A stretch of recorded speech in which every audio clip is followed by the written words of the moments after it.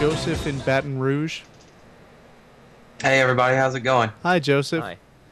Hi. Love the show. I think you guys are doing a great service for everyone who listens to it, and I'm really excited. This is my first call, and I'm calling basically to talk about the C Street gang. I'm a history student at LSU, and one of my interests is how religion and fundamentalism kind of have been merging with politics recently, and I think this C Street gang is really, it's an example that worries me a lot when they start talking about how they're planning on building mega churches on military bases, how they're talking about this whole ideology of Jesus plus nothing, which is kind of their main ideology, which is kind of a totalitarian kind of thing, fundamentalist. Yeah, I mentioned on the show yesterday they actually praised the mafia and Hitler as examples of people who... They call themselves the Christian mafia. Right.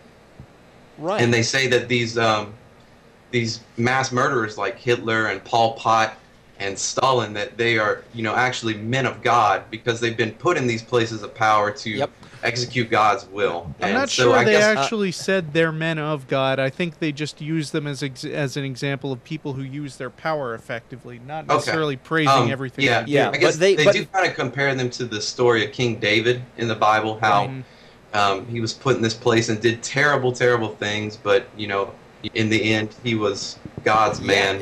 If they don't, it would be hard for them to explain, I think, how it is that Pol Pot and Hitler were not handpicked by God, given their premise. Can I take a moment and say something terrifying in defense of the C Street people? Oh, absolutely. They're terrifying enough already, so whatever you have. If in fact they really believe that they really know what is really best for everyone, then they're doing exactly the right thing. This is why it is so important for people who feel like being activist about their atheism to start hammering now on this freaking stupid, you know, morality is whatever God says thing. That is the cause of the problem. You know? Right. If it was people who really did want something that was really best for everyone, if they were using the same kind of tactics, we could maybe quibble with their tactics. But we'd go, well, you know, at least they're trying to do some good. They're not trying to do some good. What they're trying to do is you know, institute their superstitions as the law of the land. The real problem there is that not only is there, let's say, almost certainly no God, but there's not even a consensus on what God thinks, which means that what any individual thinks God thinks is really no more than some arbitrary thing that they personally have made up, that carries moral weight in their mind without the burden of trying to discuss and figure out the underlying principles behind it. Right. And so people like these C Street guys will sort of mutually tell each other, oh yeah, well, you're godly, so whatever pops into your head is what you should do. And yeah, that is creepy because, I mean, you know, the reason we have societies and judges and people who sit there and consider the consequences of things is because no one person should be entrusted with making decisions for everybody. Right. Right. Or any house full of people doing it secretly and manipulatively behind everybody's back. America, meet Senator Tom Coburn. Senator Coburn is a conservative Republican from Oklahoma, previously known outside Oklahoma, mostly for raising the rest of the country's collective eyebrows from time to time. Like in 2004, when Dr. Coburn told an AP reporter he thought that doctors who performed abortions should be executed. Or when at a campaign event the same year, he said it was impossible to use the bathrooms in many Oklahoma junior high schools nowadays because of what he called the rampant lesbianism. And of course, there was the time in 1997 when he denounced NBC for airing the movie Schindler's List. Before ultimately apologizing, he said the Oscar-winning Holocaust drama was just full of vile language, nudity, and violence. It was a film about the Holocaust. But Tom Coburn is now famous as the other senator in the still unfolding John Ensign sex scandal. It's also not clear why his doctor-patient confidentiality would preclude him from answering questions about the Ensign affair, but would allow him to make lots of statements about the affair that portray himself in a really good light.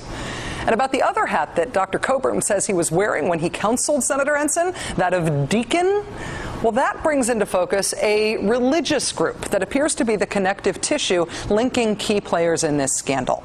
It's a secretive Christian organization known alternately as the Fellowship or the Family. They run a house known as C Street, where Senators Coburn and Ensign live together with other lawmakers in Washington, D.C. So what exactly is C Street, and what is its role in the lives of Senators Ensign and Coburn and in the ongoing life of this scandal? Well, joining us now is Jeff Sharlet. He's a contributing editor at Harper's Magazine, and he's author of the book The Family, The Secret Fundamentalism at the Heart of American Power. It's just out in paperback and is highly recommended by me personally. As part of the research for the book, Jeff lived among the family and saw many of its actions firsthand. Mr. Sharlet, thanks very much for coming on the show. Hi, Rachel. Thanks for having me. What is C Street? I know it's a house on C Street in Washington. How is it part of the family? Well, the C Street House is actually, it's a former convent. Now it's registered as a church, and it's run by the family and used by them to provide housing for 6 to 8 congressmen at any given time, and to provide spiritual counsel to these congressmen, which all sounds fine so far. What makes it a little bit different than other Christian conservative organizations? Two things. You said that it's secretive. Indeed, the leader of the group describes it. He says, the more invisible you can make your organization, the more influence it'll have. And the other thing is the nature of the influence they want to have. I got to sit in on one of these spiritual counseling sessions between the leader of the family and Congressman Todd Tiahrt when I visited the C Street House. I actually met Senator Ensign there. As the leader of the family was counseling Congressman Tiahrt, who had this very standard bill of issues related to the Christian right, and he said, you've got to have a bigger vision of what we're talking about here. He called it Jesus plus nothing, and he said it's a sort of a totalitarian idea of Christianity.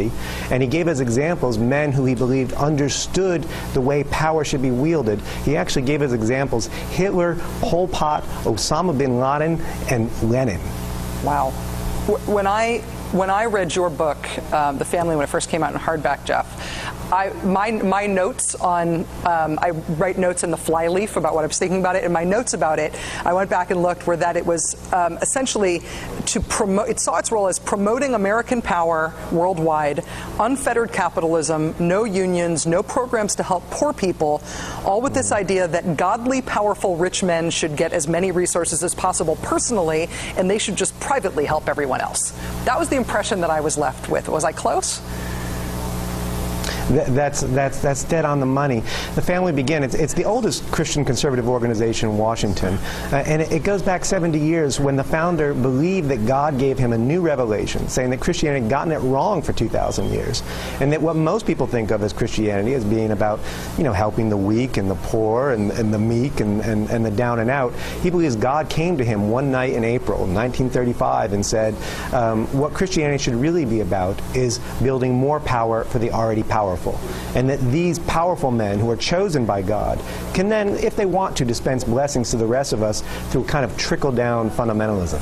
Well, do you see a connection between that larger sort of power theology and the fact that neither John Ensign nor Mark Sanford, for that matter, who's also affiliated with the group, aren't quitting despite these scandals? Is there something about this type of theology that tells these guys, hey, don't worry about the affair, big picture, you're good, stay where you are, it's important for you to stay in power?